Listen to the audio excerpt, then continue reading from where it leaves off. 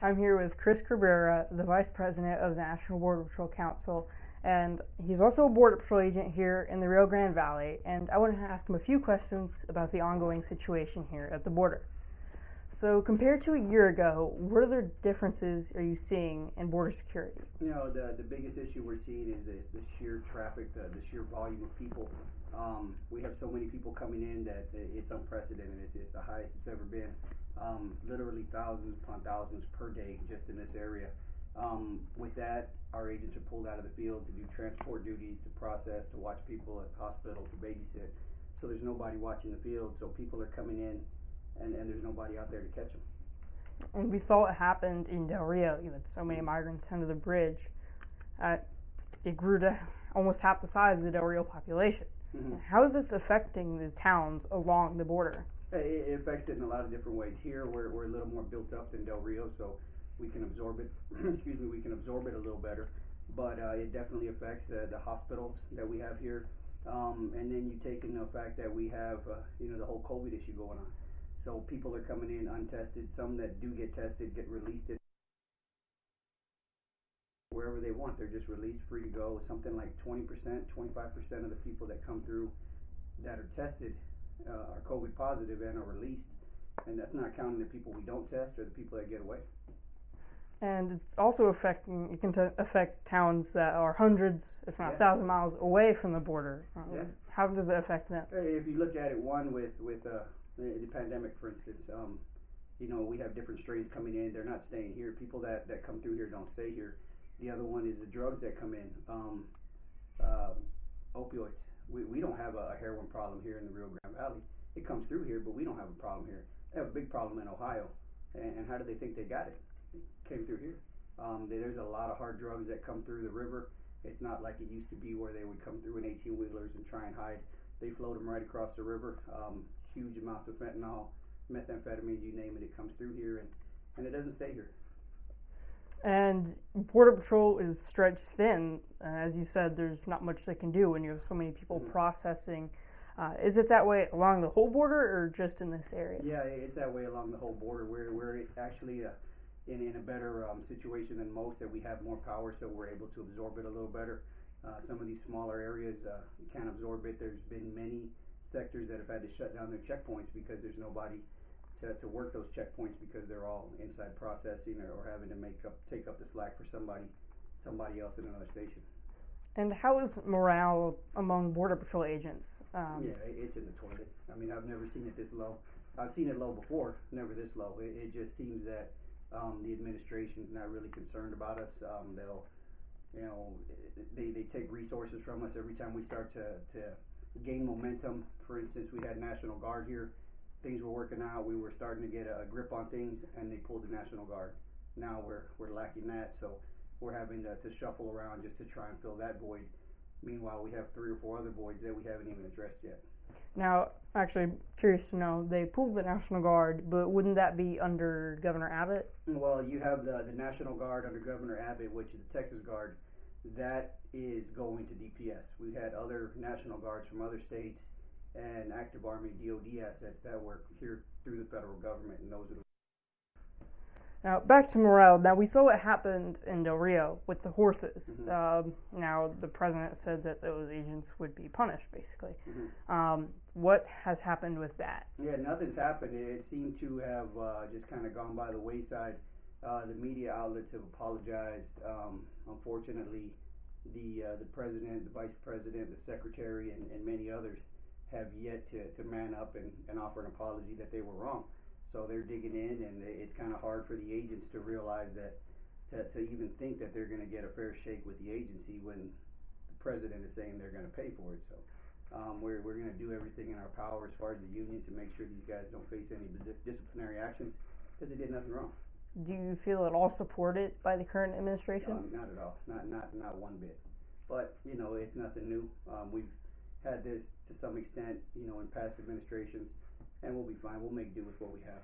Now, the new numbers released showing how many migrants are coming across. Can you speak to that? Yeah, the new numbers were released today, I believe, either today or yesterday. 1.7 million for the fiscal year, which was October to October. It's the highest it's ever been. I think the interesting number is going to be from January to January. I think that's going to be an even higher number. I think that'll break 2 million easily. But only time will tell. See what we have there. And what effects does it have having millions of people come in just a year? Well, it's going to affect a lot of things. It's going to affect the economy. It's going to affect hospitals. It's going to affect schools. And that 1.7 is a huge number. The other number that people aren't seeing is the gotaways. How many got through that we didn't know they got through? How many with criminal histories that we didn't know have criminal histories? And then the other number that is very underreported is how many didn't make it? How many people had some type of issue along the way? They got kidnapped or fell off a train or drowned or any number of things that could have happened. We see some of it that comes to our side, but there's a huge number that don't even make it. Now, we hear a lot on the news that the migrants, they're just fleeing from hardship, right? They just want to come here and start a better life. But with the surge, is it bad for the migrants? As you said, a lot of people don't make it, even really little kids. So is it even benefiting the migrants to come here, considering the dangerous journey they have to make? If they make it, if they survive it, I guess there'd be some benefit. The sad part is they don't realize it when they're setting out on this journey, but they're gambling with their life. We've seen young kids, we've seen babies that have died out there, and it's no journey is worth your life or your child's life. But the administration continues to put this light on, like Motel 6. We'll leave a light on for you. More people are going to flock with the promise of free stuff, and unfortunately, some people won't make it, but they don't know that before they start. And what do you think can be done to help? It's a simple solution. I think with the people turning themselves in, obviously, is different than the people that are trying to get away. The people that are trying to get away, that's done through law enforcement, but the people that are turning themselves in, you can't enforce that problem away. That needs to be done by a legislative solution. That's pen and paper right there. Unfortunately, nobody wants to put pen to paper and fix it. The only way to fix it is mandatory detention, mandatory removal. Stop people from coming in, and then at that point you fix the immigration system. What we're looking at is you always hear we need comprehensive immigration reform. But we've never had that.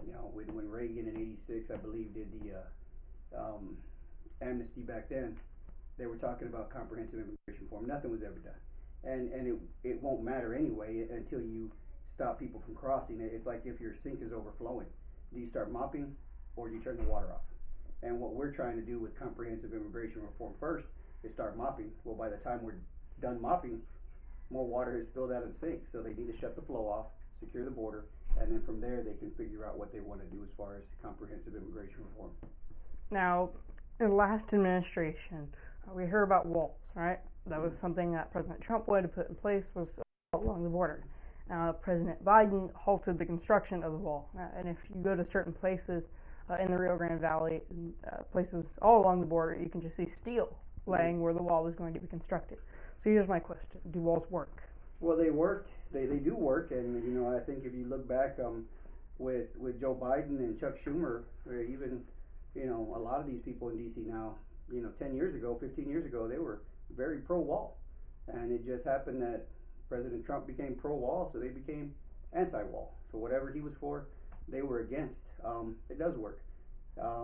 It acts as a funnel system. It's not a wall from Brownsville to San Diego to stop everything and everyone. But what it does is it funnels people into areas where it's safer for us to do our job, safer for them to do their job, safer for the community, and more advantageous. That'll give us the opportunity to apprehend them. It's just a shame that this new administration is cutting off their nose just to spite their face. It makes no sense. Looking into the years to come, what impact do you think this will have, and will it continue? Well, I think what we're looking at here, the damage we're doing now with just kind of thumbing our nose at immigration laws and going with policy over the law, it's going to set us back years and years.